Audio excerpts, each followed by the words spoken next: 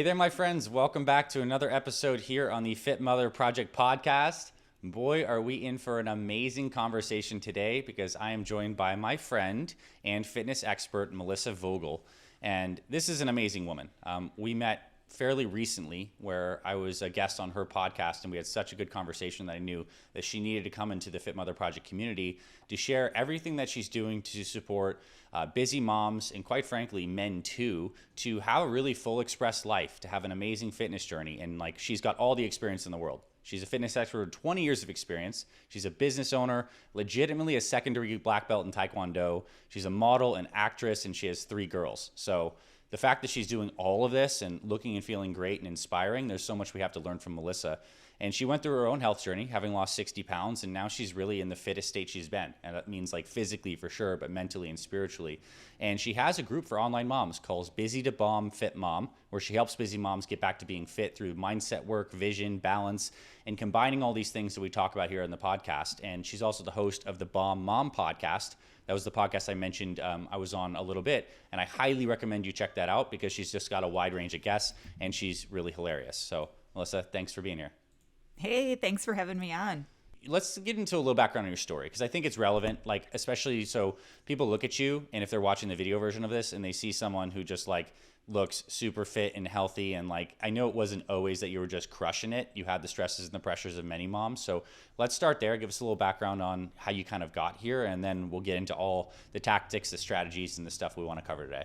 Oh, for sure. It has been a journey, and it's crazy because when you become a parent, especially for women and moms, you change so much after every single child. It's just not the same. Like physically, your body, like your hips, like they never go back. Your stomach, your skin, like everything. It's different with every single kid. But then also like mentally too. And if you're not careful, you lose yourself a little bit more with each kid. It's so common to do that. And I even experienced it knowing all the things, like I know how to stay in shape. I was training people, and it still happened to me. So I know if it happens to me, it's going to happen to everyone else too. Probably they're going to struggle just as much. But I'm grateful for those struggles because that is what led me to where I'm at now. I would have never figured out how to change my body physically, my mindset, my self-talk, my relationships, and with my kids and stuff, had I not gone through those struggles. Because that's what taught me. But the growth in all areas of my life is truly what got me to where I'm at today. It's not just one thing. It's not just, I started eating more protein, or I started lifting weights. It's like all areas. Well, I think that's a beautiful, just like initial recognition. You're here as a messenger, someone on the other side of this thing being like, okay, hey, there's a process, there's transformation that can be had. Like I went through it, you can do it too. But for anyone who's maybe in the midst of it right now, even just recognizing that there's good that comes from this, even though it's hard and seems maybe stressful or overwhelming right now, like I'm in this hero's journey. There is a path and a process. And so I want to ask you, what in your estimation of all the experience you do have separates the successful bomb moms, those that ultimately succeed in this hero's journey, from those that kind of feel like they're stuck in a constant struggle loop? Yeah, that's one of the biggest things that separates us. And I'm constantly telling like my bomb moms that we repurpose our failure. We repurpose our struggles, where people on the outside that aren't, what separates us is that it's like, man, I failed again. And people don't take time to just stop and, okay, what went wrong? What did I do wrong? Let's reevaluate that. Because like right now we're starting, a brand new month. We're ending the last month, and it's not like, okay, let's set new goals. It's like, no. Where did we win last month, and where did we lose? Because bomb moms, they keep reevaluating. So every single loss or failure or goal that wasn't achieved, that's a stepping stone. It's a win in a way. And that's what I'm constantly teaching and training my clients to look at. Like, okay, your nutrition didn't work. What you were doing didn't work. So that's not a failure. Now we know how to tweak it. Now we know how to change it. There's so many people out there, they're just like, I failed again. Well, that didn't work. Oh, well, I gained 5 pounds. Let's just pray I don't do it this month too. Yep. And it's just such a mindset. And you can hear that victim mindset. You can like hear it. Maybe many of us can hear that script playing in our own heads, but we can certainly hear it when other people share it. It's like there's an empowering concept that you shared there where somebody can have the awareness of reflection, and then I have new choice this month. I can choose something new and different. Thank you for the learning and the data. So there's like gratitude and also like clarity. And that's so much different than having the same exact experience and then having this script of I'm a victim or this never works for me or more negativity, which obviously is just going to get more negativity. So it's powerful that you're starting with this idea of mindset, and we need to shift these internal conversations. And it's hard. It's hard to do on your own. It's hard to just be like a mom in the mix of everything and a dad of work and kids and pressure and emails and sports and everything going on to stop and be like, I need to change my attitude. I should really change my mindset around that. Like, that's tough. So how do people create the space for that? I mean, they join your programs and your challenges or something like Fit Mother Project. Like, what does it take to like get the space in your life, like to do that? Exactly what you just said, like joining something like that, having that environment, that community, something that's like, ooh, I don't really want to do this. Do I really want to spend the money? Like if you're questioning something, that's a good thing. That means that it's not comfortable. It's taking you from that like nice, comfy spot, and you have to ask questions like, ooh, can I afford this? Am I really going to commit to this? And if you're asking yourself all those things, the answer is yes, because that means it's something that you need, you're not quite sure of, it's making you uncomfortable. And when you put yourself in that type of position, your chances and odds of moving forward and improving your life just increased like triple fold versus just staying where you're at. But having, and I think moms too, we get stuck in the mind of like, I'm super mom. I can do everything. I do everything. Most of us are like super moms, and every morning we wake up and we put the metal clips on our wrists and we're like, bring it on, because I can do everything. But we let that like seep into the rest of our life and our fitness and nutrition. We're like, no, I can figure it out. I just need to go to the gym. I know what I need to do. I just need to do that. And it's like, no, sister, hold on. You don't have to do this part alone. You're not the expert. You're an expert on yourself, but you're not the expert on weightlifting and snacks and nutrition and protein and mindset. And it's okay to let the guard down, to take your shield off and be like, okay, someone help me. Yeah. What a powerful place to come to that amount of humility. And it's not like you're no longer being the super mom. You are, but also you can be in the seat of the student. You can like feel like you don't have to run every extra thing in your life. You can and get the expert guidance from a proven approach like yours that actually works. So as you're getting your body healthy through the various kids that you had and losing the weight, like what do you think are some of the biggest misconceptions, and or like what's the stepwise process of priorities as you go through and get yourself healthier and you see your clients go through these journeys? Oh my gosh. Right when you asked me that question, the very first thing was like cardio. Every woman thinks, and still, even when I go into the gym right now, I still see this. Like they think, I need to be on that elliptical. I need to be on that treadmill running. I need to be in that class that's like, whoop, whoop, I need to be sweating. And it's so not true. And like, mama, I get it because I was there. I was like, oh my God, if I'm not dripping with sweat and I didn't have my Fitbit tell me that I burned, 400 calories, then this workout didn't even happen. It's the complete opposite. Okay. Your booty needs to be over in the weight section with the dudes, lifting heavy stuff and putting it back down. Like plain and simple. But we're like, no, but I didn't sweat enough. Like, it's okay. You know what? Some days I do a killer leg day and I don't really sweat. Like, and that's okay. So that's the first one that comes to mind. And the second one is nutrition. Everyone thinks, oh, I need to go on this diet. I need to like eat less. And again, I did it too. I was like, oh, this is my calories. I need to cut way down, and this is what I need to be eating.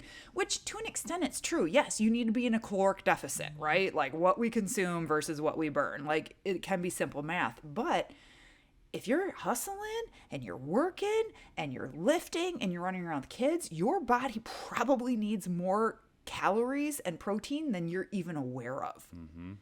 But women think like, I don't know where they get this number from. Well, probably because it's everywhere, but 1,200 calories. I need 1,200 calories. And I'm like, oh my God, that's like good for a toddler.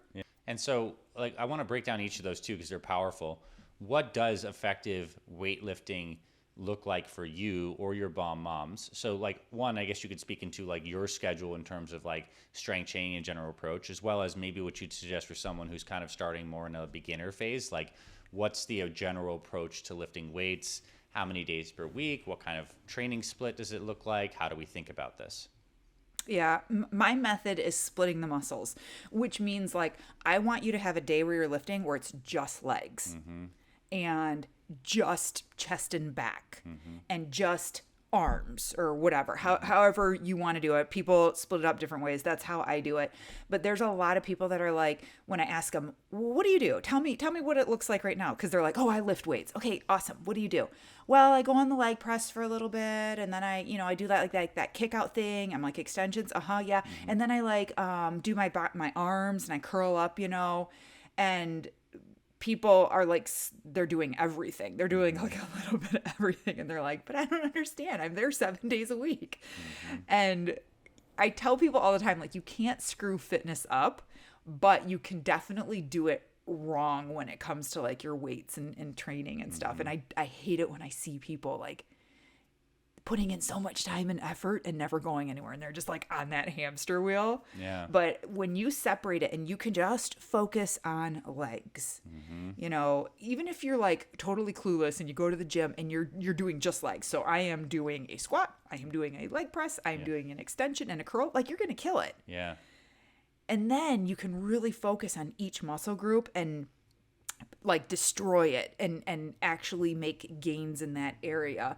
And I tell people, look at your schedule right now. If you can get some good weightlifting sessions in 3 days a week, you're a beginner, you're like, I'm new. 3 days. Let's get you in there just 3 days. Now, someone more advanced, and what my more advanced bomb moms are doing, we're 6 days. We're in there 6 days a week, but it takes a lot of time to get up there. And it probably is fun for bomb moms at that point, right? When you get better, it's like I imagine you look forward to getting into the gym, makes you feel good, and you're improving. So there's that kick in that 6 days is motivating when you're at a certain level, and 3 days is like very achievable for people. So maybe it's like legs on one day, pushing chest, shoulders, triceps on another day, and back and biceps another day, and you can kind of rotate that or something like that. Yeah, and you get like eventually you become addicted to it in a really good way.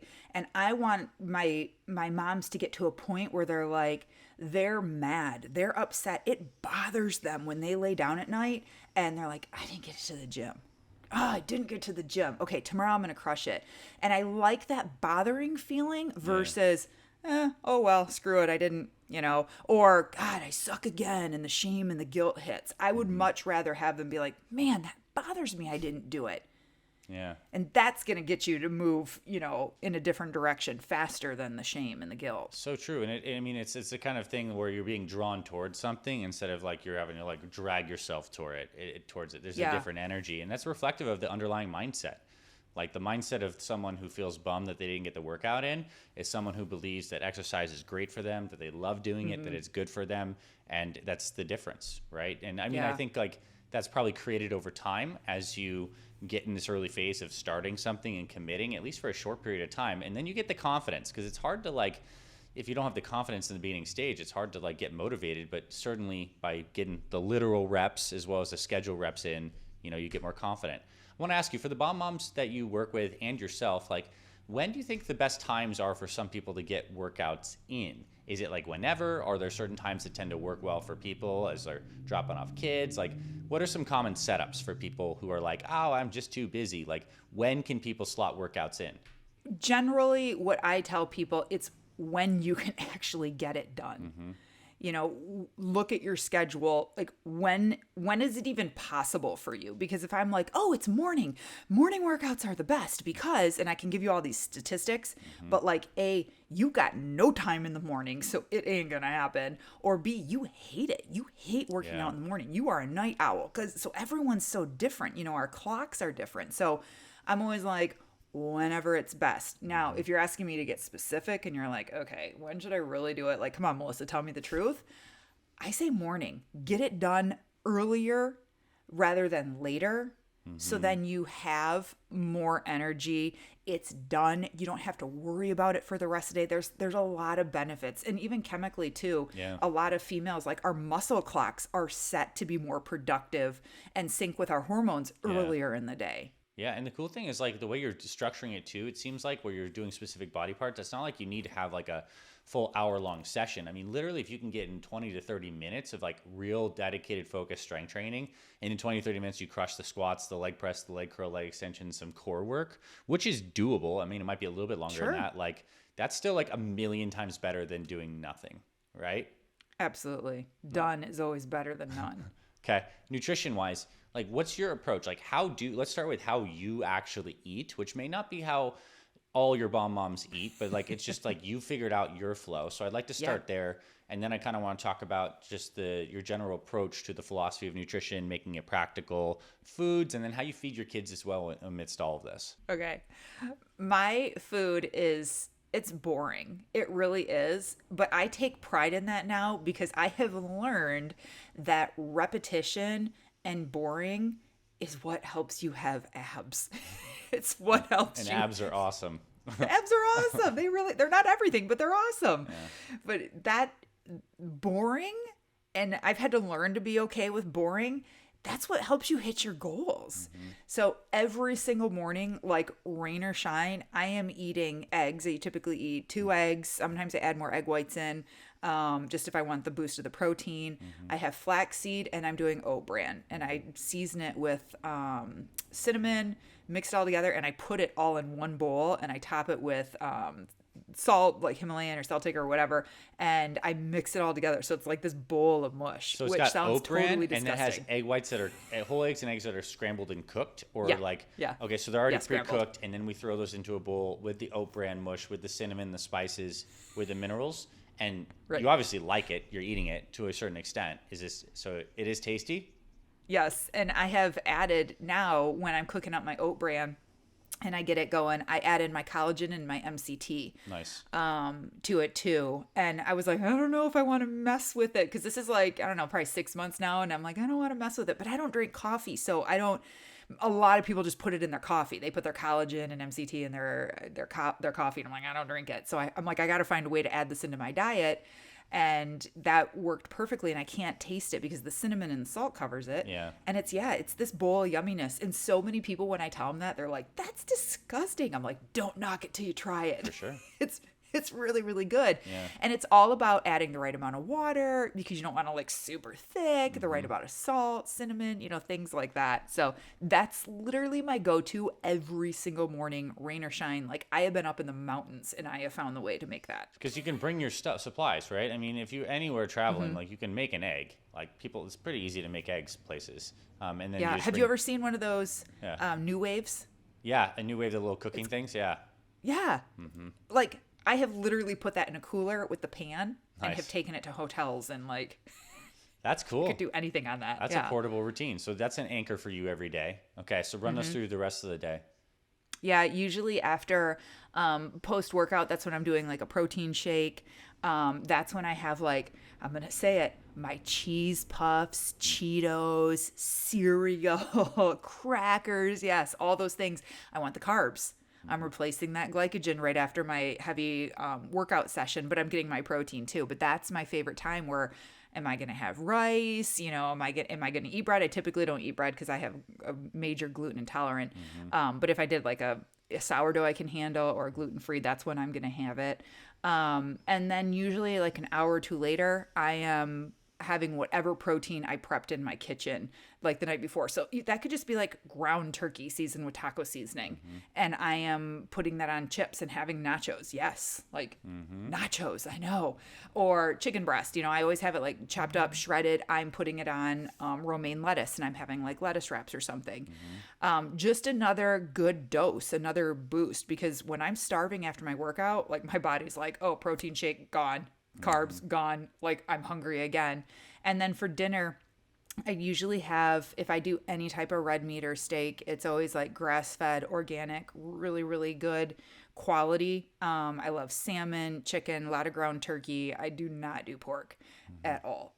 like I have this thing with pork, but everything is, I love eating with my hands too. So anything that I can do, like a lettuce wrap, or I always make those from like PF Chang's, the lettuce bowl I can't think of what they're cups. called. I know what you're talking about. Oh my God. Always making those. But it's crazy what you can do with just basic chopped up ground turkey. You can make like 30 meals out of just So ground that. turkey is or a big go-to for you, like different Huge. spice profiles. Okay. Yep. And that's pretty much what I do like every single day. Now, if we're having like spaghetti or something for the, with the family, or lasagna, I put mine over a bed of broccoli. So the kids need the pasta. They love it. They're eating it. But I take the marinara and the meat and I'm putting it over a huge bed of broccoli. Yeah. And I'm getting really full. And then I can do the feta on top, and my salt. And it's like, and I'm not making 3 meals. Yeah, that's a really good point, right? I mean, that meal is delicious because of the red sauce and the cheese and the meat and all that. You don't necessarily need the carbs, but it still enables you to feed your girls in a way that they're excited. So that's a really good hack. And I think also what I heard you say that I don't want to like glance over because it was unique and powerful is it's not like you restrict yourself from all of these foods. You mentioned like cheese puffs or like chips. Like you have those, but they're at a specific time post workout when your body's like nutrient sensitive. And I'm sure you don't go overboard, but you have a little bit. So it's like, I imagine just because of that, you're not feeling super restrictive. And there's a big difference between having like 10 to 20 chips and having like a whole bag, right? So, I mean, that's part of the thing. And there's chips out there that you can have, like Pop Chips. Yeah. Great brand. I'm not like affiliated with them, but like they're non-GMO and you can have like 30 of them for 120 calories. Cool. And people don't realize that. People aren't paying attention. But there's things out there that you're getting the crunch and the flavor, and it works. Okay. Question. This is very related to on the food thing is like, how old are your kids, your girls, and like, what are you teaching them about health and fitness, or like where are they at in their lives as it relates to, these are obviously massive values and you're a big teacher of this stuff. Like how are you imparting that with them and what ages are they at? Yeah, my girls are 11, 14, and 17. Okay. And so all very different, interesting stages. Because the 17-year-old, getting close to adulthood, and she's watching me like a hawk. Like now she's looking at me in a whole different way than my like 11-year-old does. And it's very important that they learn from me, because if they don't, they're going to learn from the school cafeteria or their friends or TikTok or someone else on how to eat. Or just don't learn at all and they just blindly eat and eat whatever. So I make sure that they know that every single meal there's going to be color, some type of veggie. Like even if I'm making them a sandwich, you're having the sandwich because the meat I'm putting on it is the protein that's nitrate free and healthy. And then I'm building on it with romaine. So you're getting those nutrients. And then I put it in like another square, your fruit. Like this is your fiber, this is your sugar. And then in the other square, they all have like these stainless steel boxes. And the other one is like their chip, whether that's like a pop chip, pretzels, whatever. And I stick to everything's non-GMO or organic in my home. Yeah. And they know that that's important. So whenever the kids bring me something, hey mom, can we get this? First question, is it non-GMO? Is it organic? No. Turn around, go back. You know. If it is, then I'll start looking at the ingredients. But I am very clear and make sure that they look at ingredients. Yeah. That they are looking now and they know, read it. What's actually in this food? We were in Home Depot one time. I love telling the story about my oldest. And she got stuck with me there, dragged along, and we're in line forever. And she's like, Mom, can I get that gum? She's like, just get it for me. I'm like, what? And it's like some purple, power bursting, whatever. And I said, pick it up, look at the ingredients, Google them. And if you're okay with that, then I'll get it for you. And so she's like, fine, we're still in line forever. And she's like, seizures? What? Skin problems? Rashes? Oh my God, cancer? And she looked up every single thing and she's like, is this for real? I'm like, yeah. Now, are you going to get all those things the moment you eat that gum? No, but those ingredients speak to your body. Yeah. And if you eat that whole pack, and she's like, I don't want it. Forget it. You ruin everything, Mom. Nice. But I'm like, whatever. But they have to know like why you're not getting something all the time. Like, Mom, can I have this? That's red. from artificial chemicals and dyes. That's not red from a strawberry. No. Yeah. But we can get this. Look at these fruit snacks. Yeah. These are all organic, and they're actually colored with apple juice and fruit and stuff. So their nutrition, they're learning and growing from me, and I make sure I pass everything on to them. Like, this is why we're getting this. This is why we're not getting this. Yeah, that's so cool. Like, I think this was probably, for me personally, one of my favorite things that you just shared over the last few minutes, because like what I'm hearing is snacks are good, but it's all about quality. And there's a couple like no boundaries that actually make it easier. It has to be non-GMO, has to be organic, so you're not getting all the pesticides and BS, because there's a big difference between eating a non-organic chip and something that actually has quality ingredients, and they both can taste great. So get like a best-in-class thing. And when you design your kids' meals, they actually have a little bit of these fun foods in there too. They're having the chips. It's not like it's a no, it's just like a best-in-class, and then the learning journey associated with it, so they make their own connections. Like, because otherwise you're just being a tyrant, right? They're saying no, but when they're informed by that, they can take some ownership over that, and they're making a choice. I would not want to put this in my body, versus mom says I can't have this. And that's like so different. Yeah, because my daughter's going off to college, in a couple years, and I want her to have some type of tools. She's going to be getting her own food, to know, like, this is what my mom would have like picked out for me. This is what I should have. She's not going to go off to school now and just buy all the junk cereal. Like, yes, I can finally have Lucky Charms. Like, my kids aren't going to do that. Yeah. Or, because they're going to know why. And balance. My kids have a basket in the pantry. It's like the snack basket. So like one has granola bars, one has like the fruit snacks, or like little, I don't know, snack thingies, whatever. And everything's like organized, so you know which one to grab. You can have one from each. It's not just like, here, everything's in here. You can have as many as you want. And like, my kids know we don't eat out of the bag. I have 1,000,001 little bowls. Yeah. So ladies, dads, if you're ever out and you see glass or like stainless steel bowls, just little ones, grab them. Like, if you see them at the store and there's like a stack of 3, get them, because whenever we have a snack or something that's in a large bag that you get at Costco or whatever, pour it into the bowl, teach them portion control, and then put the bag back. If you want more, that's fine. But too many people sit down with the bag and they eat and eat and eat, and then it's gone.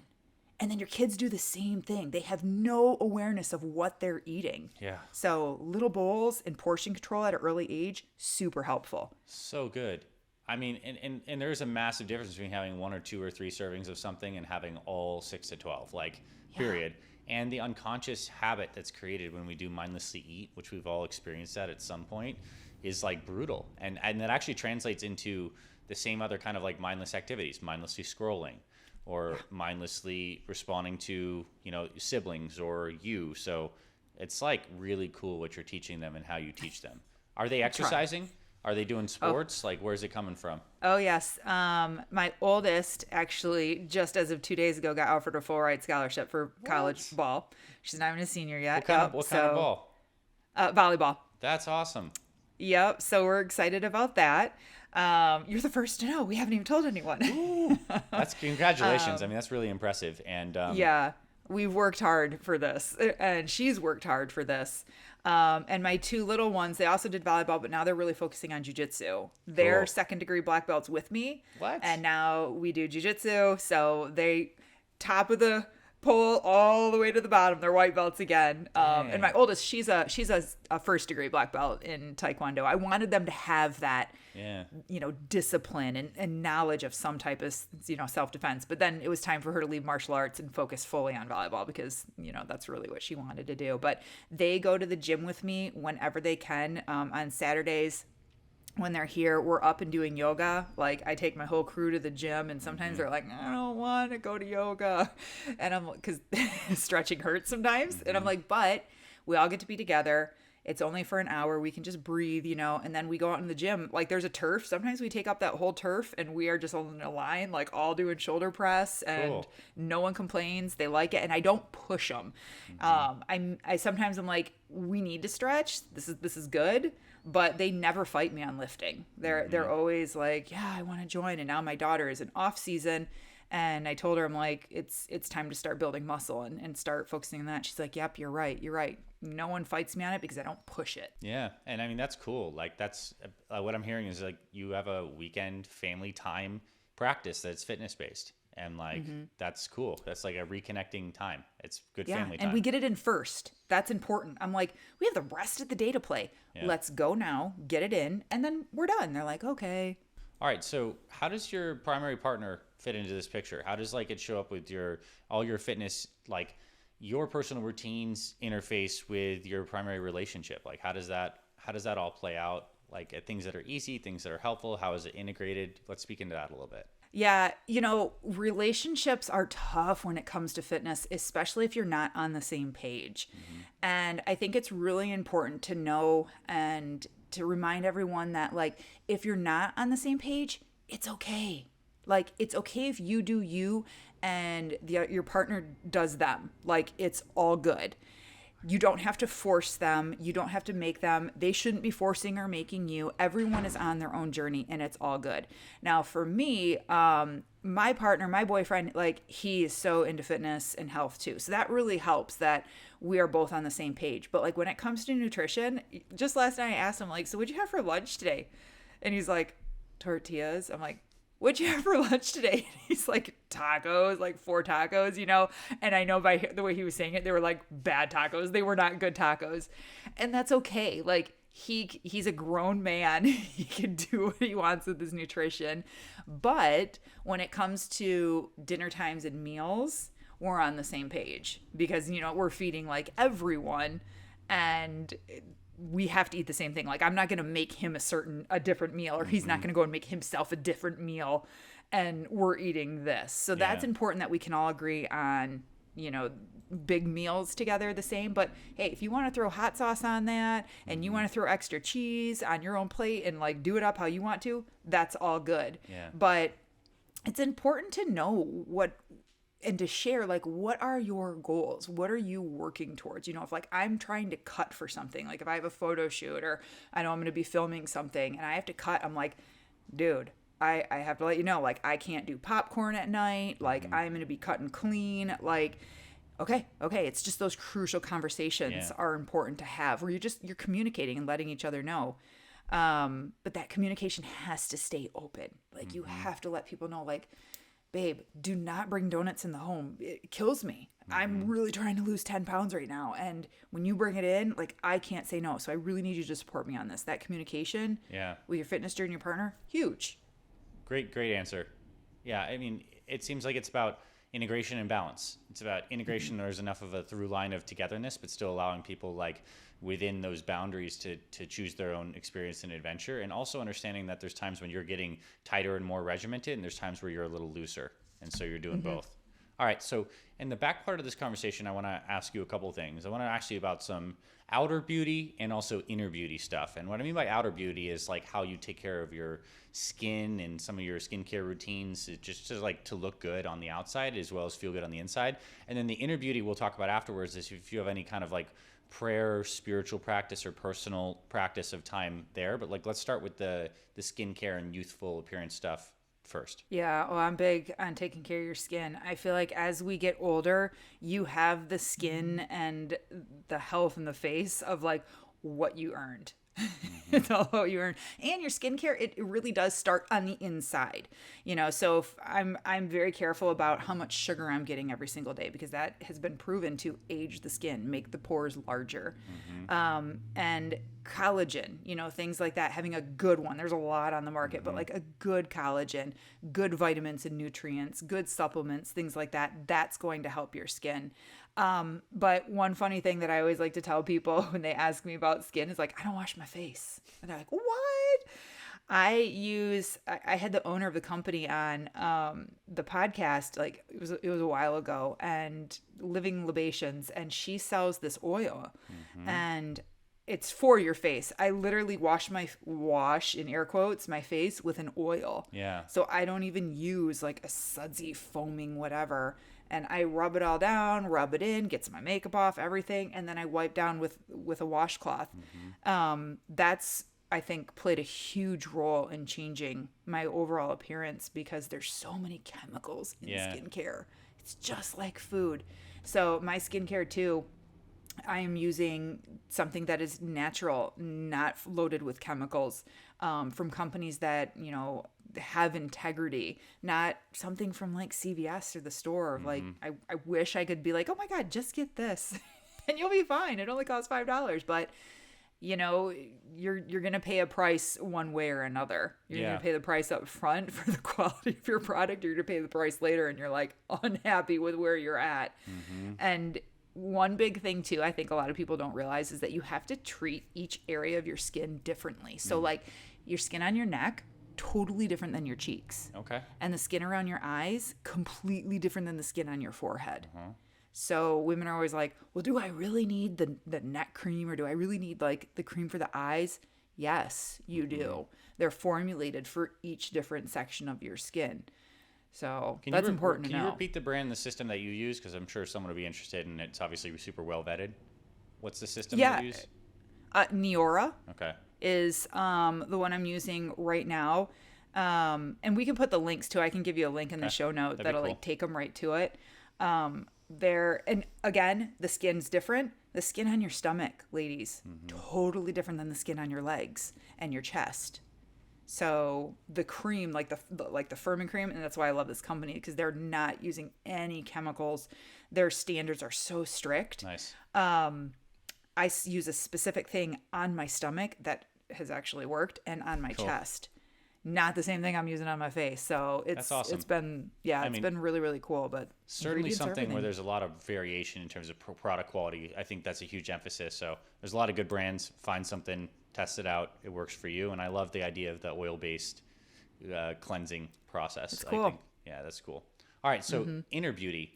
Like, do you have a prayer, spiritual practice, or personal development time? Like, how do you incorporate time for you that's not just like external activity with fitness, but a little more like just you time where you can deeply connect with yourself, check in, maybe find some peace and alignment? Like, how does that show up in your life? It shows up in my car. I'm not going to lie. Cool. I think it's important to have like your own space, like wherever that is. It's my car and my closet. And I'm big on what we call like creating space. Did you guys create space today? Did my moms create space? In my car, like after I drop kids off somewhere, or I'm pulling in that driveway, I always take like just 5 minutes. And they're usually looking out the window and they're like, Mom's home. So sometimes it's cut short, but it's the right temperature in there. It's quiet. And I just take a moment to, breathe, 3 deep breaths. What do I have to go tackle? What do I need to let go of? What am I going into? You know, like, and I just take that moment. That time in my car is so precious to me. And sometimes I run up to the door and I'm like, nope, turn around and go back. I'm not ready to come in yet. And then my closet. I have, when I onboard women and we are like talking about mindset work and stuff, I have them like, if you go to Target or Home Goods or something like that, find a cute pillow. Like it could be something that goes outside or whatever, and put it in your closet, like stick it in between something.